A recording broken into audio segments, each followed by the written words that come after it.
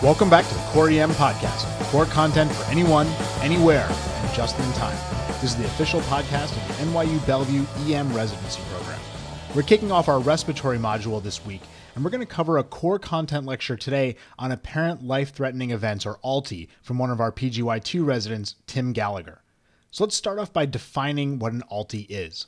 The NIH consensus definition is an episode that is frightening to the observer and that is characterized by some combination of apnea, central or obstructive, color change, usually cyanotic or pallid but occasionally erythematous or plethoric, marked change in muscle tone, usually implies limpness, choking or gagging.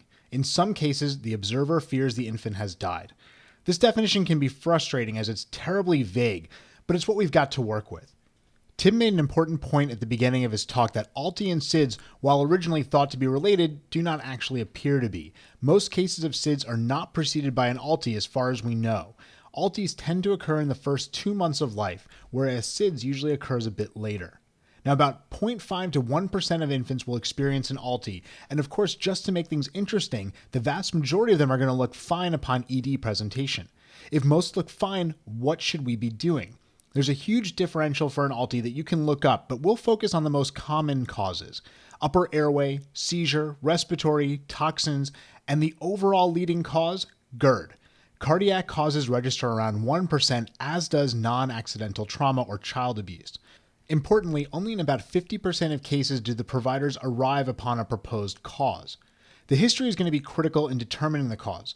You want to get the timeline around the event, relation to sleep, any recent illnesses.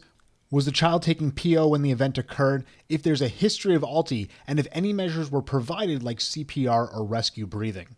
There's no recommended lab evaluation approach. In fact, since most patients with ALTEs look good on presentation, most don't need any labs at all. Your labs and further evaluation should really be guided by the history and physical examination. What about disposition? In the past, these kids were fairly uniformly admitted. However, there are some studies out there that look at who can go home. A study by Mittal et al. In 2012 at CHOP found that male sex, race, color change to cyanosis, prematurity, abnormal results on physical examination, and absence of symptoms of URI, and absence of choking appear to be risk factors predicting the need for an intervention when the patient's admitted.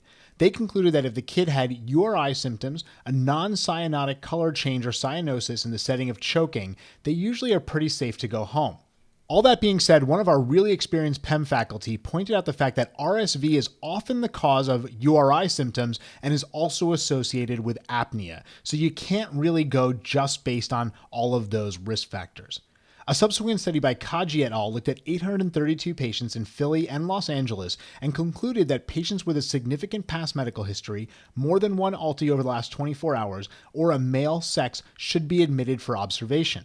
The bottom line really is that if the kid looks unwell or the history is concerning, admit them. If you're not sure, go ahead and admit them for observation and to be reassessed in the morning.